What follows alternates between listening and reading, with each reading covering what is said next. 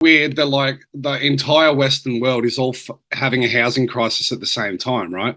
Like, is that a coincidence? Where's this come from? So, I mean, it's come out in America that BlackRock and all these other big investment firms have been going around buying up all these properties, and they've basically artificially created this mass shortage of homes, and then you chuck Airbnb on the market, right, too.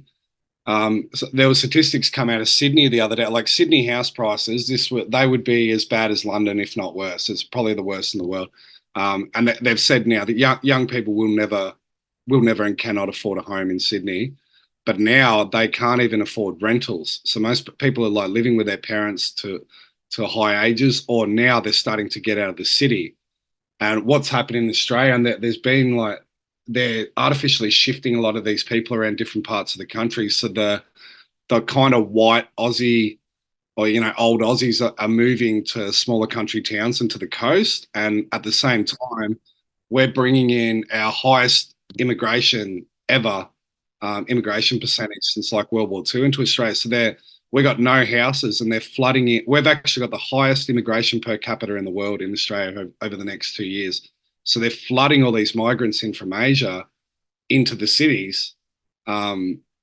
It's just absolutely bizarre, but it's complete reshuffling. And there's people, people living in their cars and stuff. And then over in Australia now, too, we've had bushfires and floods for the last 3 years. There's a lot of people that it's 2 years to get your house rebuilt after these floods. There's not enough labourers. Insurance companies aren't paying out, and then if you want to rebuild, they won't insure you. They won't insure your house. We've had like small businesses that are, if you pay the insurance, you're never going to make any money because you're in a flood zone now. So this is the whole smart city resettling that they're kind of trying to bring in. But you can see both energies working through, because as much as they want people in the cities, there's a real drawing of certain people leaving the cities as well. What do you think the purpose of increasing the amount of migrants coming into the country is for? Because it's not just a problem in Australia; it's a problem here in America. It's a problem in all Western. Like what we're saying about the UK and Australia is happening everywhere, and it just seems so bizarre that we're all suffering from exactly the same issues. Well, it's the Western world, isn't it? And it's particularly the Five Eyes countries, so Australia, New Zealand, UK, America, and Canada. So, I mean, he's aware of the Kalergi plan. You heard about the Kalergi plan? No. So, what are you both? So, you're both your ethnic background. What are you guys? We're brothers, first of all. Are you brothers? Yeah. Yeah, Yeah. So, where are you? Where you born in England? yeah. We're both born in England. Our mother is white English and our dad's Indian. Oh, it's Indian background. Yeah, half Indian, half English. All right. Okay. Yeah. Well, so I mean, with the Kalergi plan, basically so if you go back to a guy called Maurice Strong, who was yeah, him, like helped set up the European Union, and they spoke about the post-democratic, post-industrialized West. So what they're trying to do with the Kalergi plan, this was what they wanted to do was they wanted to flood the Western world with migrants to homogenize these countries. And you would have seen it in the UK now, where you strip down national identity. So there is no national identity. Like, what is it to be British when, because like I'm all for immigration. Immigration is good, but it needs to be a controlled immigration. You don't just, and that's with any country in the world. If you bombard a certain percentage of migrants, then you lose the culture. Um, and in Australia, we had a white Australia policy until the 70s. So Australia was basically just a European. So the Greeks and the Italians and even the Dutch and the Germans and stuff were coming over after World War II, but it's mostly always been British immigrants that have come over. And then they opened it up in the 70s to the Southeast Asians, and now it's mostly African and Arab migrants that come over to Australia now. And um, there's such a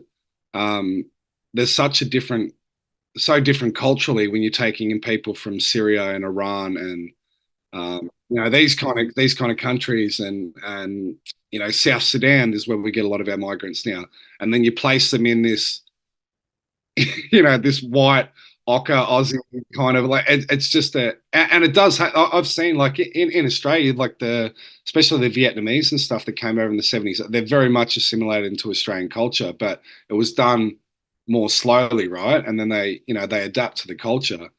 But with the flooding of it, it's basically because they want this one world government.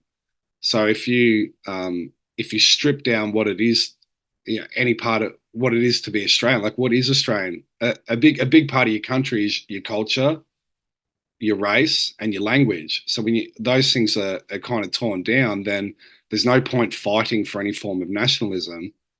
Um, if there is no national, like I don't, what's the stats now in London with um, isn't it like more people in London now are not British? Is that right? Then I think I have heard that stat. I'm not sure the actual figures on it, but it wouldn't surprise me. and I mean, like they done a number on you guys because they just kept adding more and more countries to the European Union as it went on, and then once you're starting to get to like Poland and these sort of places where you can't blame them if they want to go over to England, make money, send it home. But that was the whole plan. And they don't call it each individual countries anymore. It's the EU. It is one. They are a nation. There's no borders. You're just like little separates, like pretending to be countries now. And I think that's what Brexit was actually was a good pushback and showed where a lot of people were at. But yeah, as far as the other part of it too, and what I think they're going to do is ISIS went away for 4 years during COVID. There was no such, and we know ISIS is basically just Western intelligence.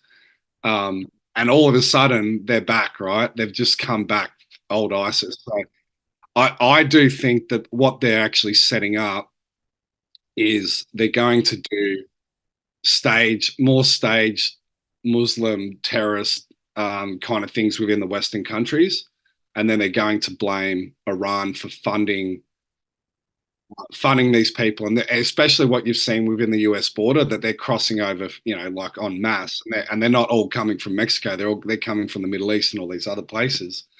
So they're going to show that a lot of the funding is coming out of Iran and the Muslim Brotherhood and Qatar and all these kind of things, right? And ultimately to try and set up a conflict with the West and the Muslim world that